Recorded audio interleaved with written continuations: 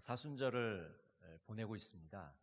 이 사순절 기간 동안 우리 자신의 십자가를 지고 예수님 믿음을 따르시는 사순절 되시기를 바랍니다.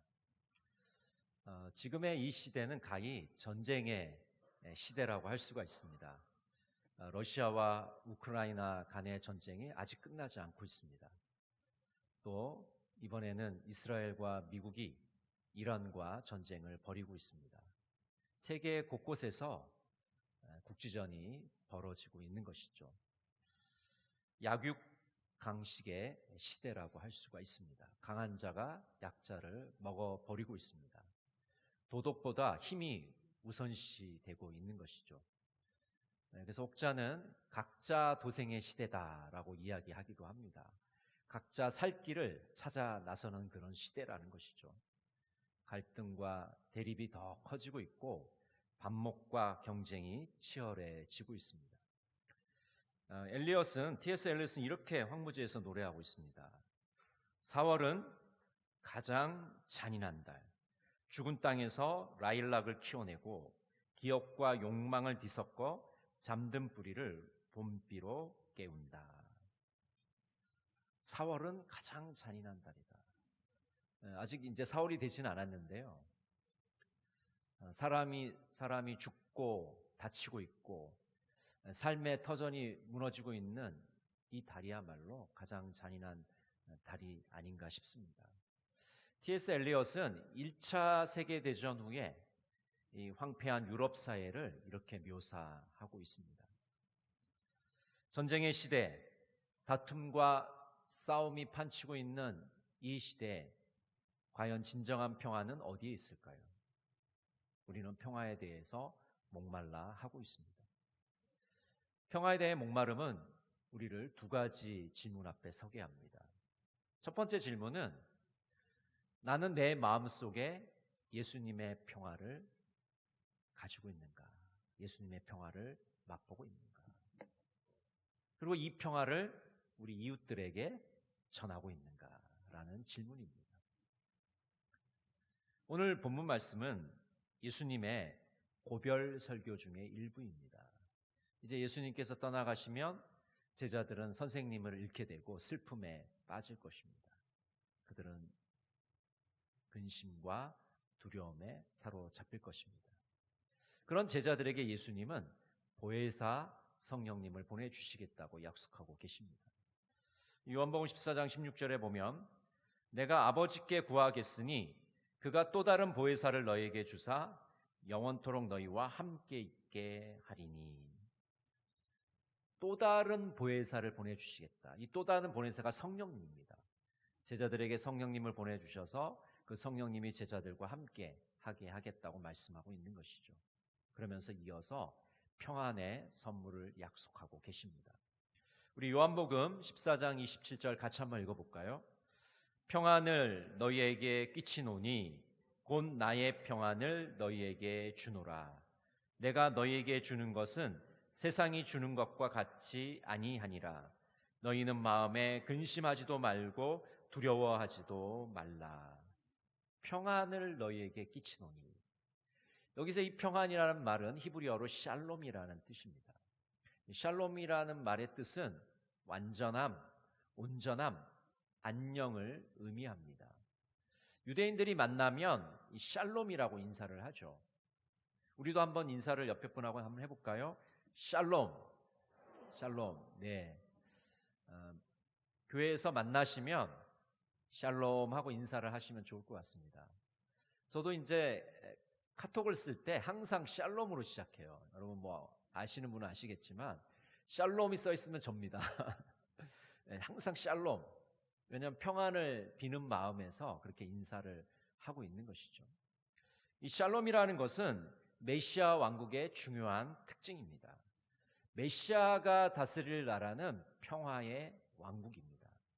하나님의 나라는 평화가 충만한 나라가 바로 하나님의 나라인 것이죠. 샬롬은 단순히 전쟁이 없는 상태가 아닙니다. 적극적이고 포괄적인 복을 포함합니다. 그래서 물질적인 번영과 신체적인 안전도 포함이 되는 것이죠. 그러나 샬롬의 핵심은 하나님과 올바른 관계를 맺는 겁니다. 하나님과 올바른 관계를 맺지 않고는 우리는 진정한 평화를 맛볼 수 없기 때문입니다. 그래서 샬롬은 하나님과의 관계를 전제로 하는 것입니다. 평화는 하나님의 선물입니다. 유대인 철학자 필로는 이렇게 말합니다. 평화는 최고의 복이다. 어떤 인간도 줄 수 없는 선물이다. 오늘 요한복음 27절에서 뭐라고 말씀하십니까? 세상과는 다른 평안을 너에게 주겠다. 세상이 줄 수 없는 평안을 너에게 주겠다고 말씀하고 있지 않습니까? 평안은 인간의 힘으로 얻을 수 없습니다. 폭력으로 쟁취할 수 없는 것이죠. 라틴어 중에 팍스 로마나라는 말이 있습니다. 로마의 평화라는 뜻입니다. 한 200년 정도 로마의 황금기가 있었는데 그 황금기를 팍스 로마나, 로마의 평화라고 부르고 있습니다. 이때 로마는 아주 안정되고 번영을 누리는 그런 시기였습니다. 그런데 한꺼풀 그 껍데기를 벗겨보면 이 팍스 로마나가 과연 평화로운 시기였는가? 그렇지 않습니다. 로마인들이 이방인들을, 이민족들을 힘으로 제압하고 그들을 무력으로 정복하고, 그래서 겉으로 볼 때는 평안하지만 사실은 평화가 없었던 것이죠. 진정한 평화라고 말할 수 없는 것이죠. 사람들을 억누르고 제압하고 있었을 뿐이지 참된 평화는 아니라는 것입니다. 진정한 평화는 하나님만이 주실 수 있는 것입니다. 우리 빌립보서 4장 7절을 같이 한번 읽어볼까요? 그리하면 모든 지각에 뛰어난 하나님의 평강이 그리스도 예수 안에서 너희 마음과 생각을 지키시리라. 주님이 주시는 평강은 우리의 마음과 생각을 지키십니다. 평정심을 주십니다. 평안하고 고요한 마음을 주십니다. 흔들리지 않는, 요동치지 않는 마음을 주십니다. 그래서 우리가 주님의 평안을 선물로 받게 되면 우리의 마음과 생각을 지키셔서 우리가 주님 안에서 참된 평화를 맛보게 되는 것이죠.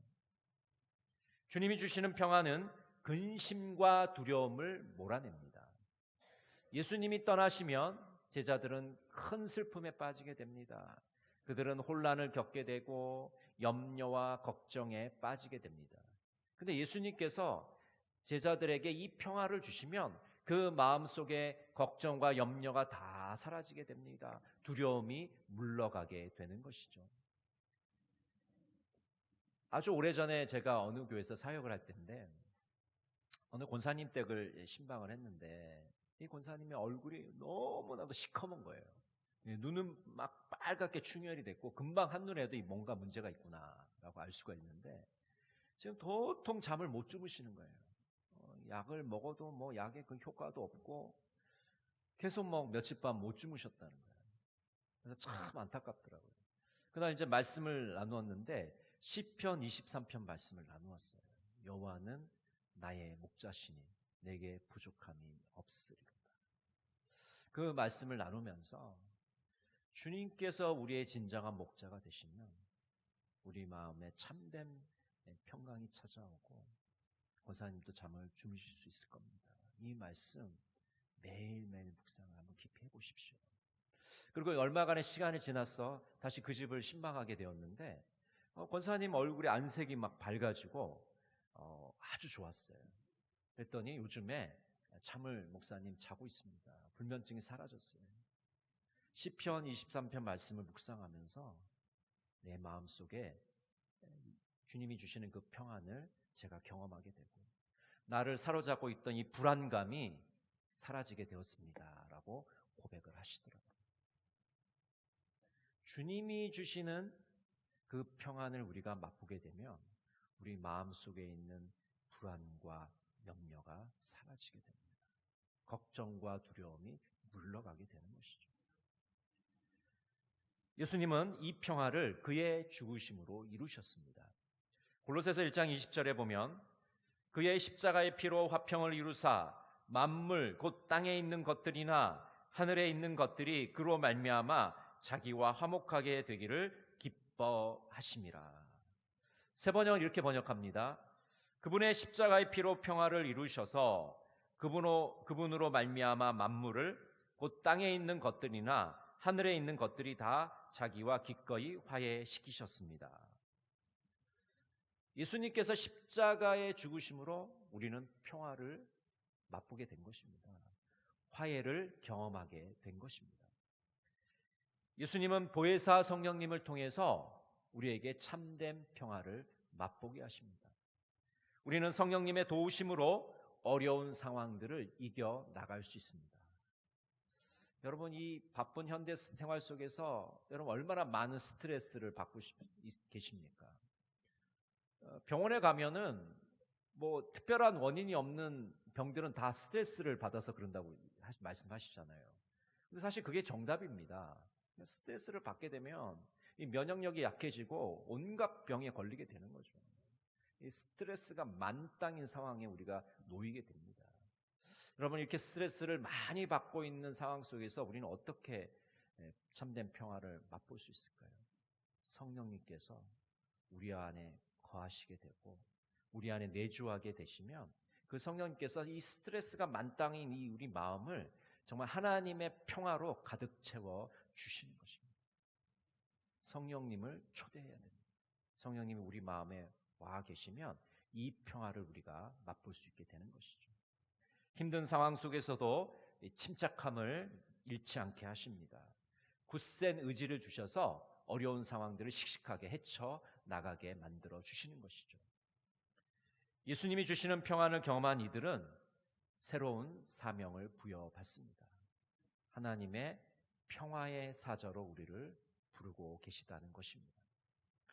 누가복음 10장 5절에 보면 어느 집에 들어가든지 먼저 말하되 이 집이 평안할지어다 하라. 예수님께서 70인 전도대를 만드시고 그 70인의 전도대에게 하신 말씀입니다. 너희가 어떤 집에 먼저 전도하러 갔을 때 그 집에 평안을 빌어라. 샬롬을 외치라고 말하고 있는 겁니다. 저주하거나 욕설을 퍼붓지 말아라. 무례한 행동을 하지 말아라. 그 집에 평안을 빌 때 그곳에 하나님의 평안이 머무를 것이다. 예수님은 우리를 평화의 사자로 부르고 계십니다. 우리를 평화를 심는 자들로 피스메이커로 우리를 부르고 계십니다. 우리 마태복음 5장 9절을 같이 한번 읽어볼까요? 화평하게 하는 자는 복이 있나니 그들이 하나님의 아들이라 일컬음을 받을 것이미요. 메시성경은 이렇게 번역하고 있습니다. 경쟁하거나 다투는 대신에 협력하는 모습을 보여주는 너희는 복이 있다. 그때 너희는 진정 자신이 누구이며 하나님의 집에서 자신의 자리가 어디인지 알게 된다. 여러분, 평화를 심는 사람들은 다투거나 경쟁하지 않습니다. 서로 협력하고 협조하고 서로 배려하고 양보합니다. 그럴 때 우리가 하나님의 아들이라 인정을 받게 되는 것이죠. 우크라이나 전쟁이 4년째 이어지고 있습니다. 그 우크라이나 군인 중에 마샤와 나스티아라는 군인의 이야기를 듣게 되었습니다. 이 마샤와 나스티아는 이 최전방에서 신앙을 지키고 있고 복음을 전하고 있습니다. 이들은 동료들에게 하나님의 말씀을 함께 나누고 있습니다. 이 마샤 같은 경우에는 이 군종 목사님과 함께 부상병들을 돌보고 있습니다. 그 부상병들을 찾아가서 그들을 돌보면서 복음을 전하고 있습니다. 또 나스티아는 전쟁 전에 웨딩 사진 작가였습니다. 그래서 틈틈이 다양한 군인들의 모습을 사진에 담고 있는 것이죠. 나스티아는 이렇게 이야기합니다. 동료들이 복음을 받아들이는데 마음이 열려 있다. 끝나지 않는 전쟁 속에서 두 사람은 서로를 의지하면서 하나님의 사역을 이어가고 있습니다. 살벌한 전쟁의 한복판에서 그들은 평화를 찾고 있는 것입니다. 이처럼 평화를 심는 사람들은 하나님의 아들이라고 불림을 받게 될 것입니다. 우리가 부르고 있는 찬송가 413장은 내 평생에 가는 길이라는 찬송입니다. 이 찬송가의 작사자는 호레이쇼 스페포드라는 분입니다. 이 호레이쇼 스페포드는 1860년대에 시카고의 변호사였습니다. 또 대학 교수였고 장로교 신학교의 이사였습니다. 하나님을 진실하게 믿는 그런 크리스천이었습니다. 그리고 그 당시 최고의 전도자 무디의 친구였습니다. 그런데 이 스페포드가 43세 되던 1871년에 대화재로 인해서 전 재산을 잃게 됩니다. 그리고 그 화재 전에 큰 아들을 잃게 돼요. 가족들이 큰 슬픔에 빠지게 됩니다. 화재가 나서 재산도 다 잃어버리게 되고 아들도 잃어버리게 됐어요. 그래서 휴식이 꼭 필요하다는 생각이 들어서 유럽 여행을 계획하게 돼요. 그래서 1873년에 아내와 4딸과 함께 유럽으로 가기로 했습니다. 또 마침 이 무디가 유럽 전도 여행을 하고 있어서 그를 도와주려고 했던 것입니다. 1873년 11월 15일 스페포드의 아내와 4딸 그리고 스페포드가 함께 뉴욕항에서 출발하는 프랑스 배를 타고 출발을 하게 되는데 그 출발 직전에 스페포드는 사업에 문제가 있어서 내리게 되고 뒤따라 가기로 약속을 합니다. 그래서 아내와 4딸이 그 배를 타고 유럽으로 향하고 있었습니다. 그런데 22일 날 대서양 한가운데서 영국 배와 정면으로 충돌을 하게 되고 그 배는 가라앉게 됩니다. 그러면서 스페포드의 4딸이 죽게 돼요. 그런데 다행히 부인은 극적으로 구조를 받게 됩니다. 이 소식을 들은 스페포드는 큰 슬픔에 빠지게 됩니다. 그리고 아내가 걱정되어서 아내를 데리러 배를 타게 됩니다. 그래서 이제 대서양을 지나고 있는데 그 딸들이 죽은 그 지점을 지나게 되었습니다. 선장이 이 지점이 바로 따님들이 죽은 곳입니다 라고 이야기를 해줬어요. 그때까지 큰 슬픔 가운데서 애써 침착함을 유지하려던 그 스페포드의 마음속에 큰 파도가 일어나게 됩니다. 이 깊은 곳에, 이 차가운 곳에 우리 딸들이 죽었구나. 그런 생각을 하면서 스페포드가 선실로 돌아가서 하나님께 울부짖으면서 기도를 합니다. 하나님, 제가 하나님 나라를 위해서 제 물질도 사용하고 시간도 바치고 하나님을 제가 얼마나 사랑했는지 하나님 아시죠? 그런데 어떻게 이렇게 저에게 큰 시련을 저에게 주십니까? 밤새도록 통곡하면서 하나님께 부르짖었습니다. 그런데 정말 형언할 수 없는 마음 깊은 곳에서 하나님에 대한 믿음과 평안이 솟구쳐 오르게 되었습니다. 평생토록 이런 말을 고백한 적도 없을 것 같은데 그런 고백이 입에서 흘러나오게 되었어요. 내 영혼 평안해. 내 영혼 평안해. 하나님의 뜻이 이루어지이다. 이런 고백이 그의 입술에서 흘러나오게 되었습니다. 그래서 그는 이것을 시로 쓰게 되었어요. 그리고 이 시에 곡을 붙인 것이 바로 찬송가 413장 내 평생에 가는 길입니다. 4명의 딸을 잃어버리고 전 재산을 잃어버리고 큰아들을 잃어버린 그 큰 시련의 파도 속에서 이 스페포드는 주님이 주시는 참된 평안을 맛보게 된 것입니다.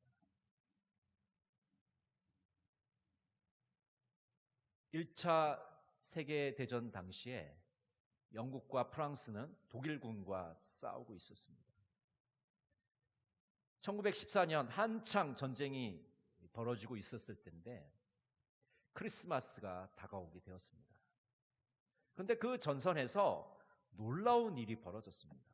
왜냐하면 크리스마스를 앞두고 양측이 크리스마스 휴전을 하기로 했던 것입니다. 이건 공식적인 건 아니고 비공식적인 거예요.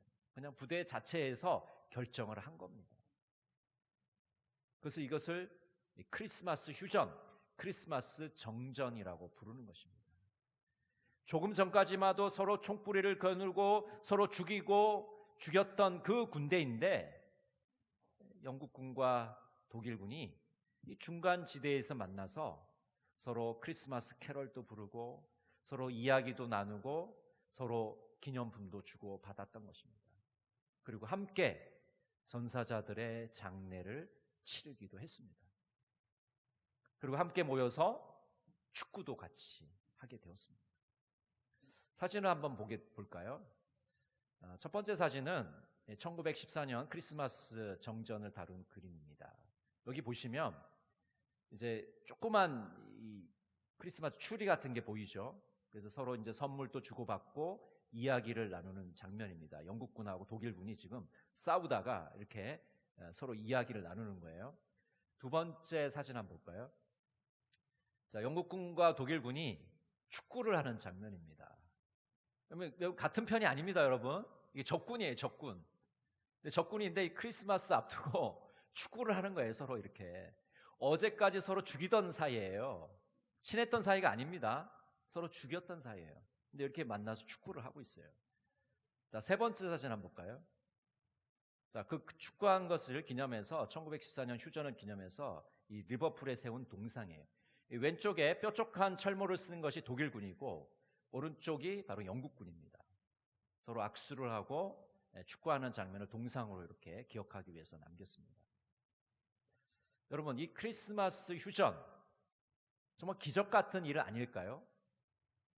서로 죽이고 죽였던 그 살벌한 전쟁터 한복판에서 하나님의 평화가, 주님의 평화가 임했던 겁니다. 정말 기적이라고 할 수밖에 없었던 일이 벌어진 것이죠. 어떻게 서로 총뿌리를 겨눴던 사이에서 서로 웃으면서 크리스마스를 축하하면서 캐롤을 부를 수 있었을까요? 그 살벌한 전쟁터에도 주님의 평화가 임했기 때문입니다. 여러분, 우리는 전쟁의 시대를 살아가고 있습니다. 이 전쟁의 시대를 살아가고 있는 우리에게 주님께서는 평화의 임무를 우리에게 맡기셨습니다. 전쟁을 그치게 하고 서로 화해하게 하는 일에 우리를 도구로 쓰기를 원하고 계십니다. 여러분, 우리가 먼저 주님이 주시는 그 평안을 맛보시고 우리가 맛본 이 평화를 많은 사람들에게 전하시는 복된 삶이 되시기를 간절히 바랍니다. 기도하겠습니다. 사랑의 하나님, 세계 곳곳에서 포성이 멈추지 않고 있습니다. 인간의 욕심과 이기심이 뒤섞여 욕망의 전차가 폭주하고 있습니다. 전쟁이 그치게 하여 주시옵소서. 우리 한 사람 한 사람을 평화의 도구로 써 주시옵소서. 우리 마음속에 주님이 주시는 참된 평안이 머물게 하여 주시옵소서. 예수님의 이름으로 기도드립니다.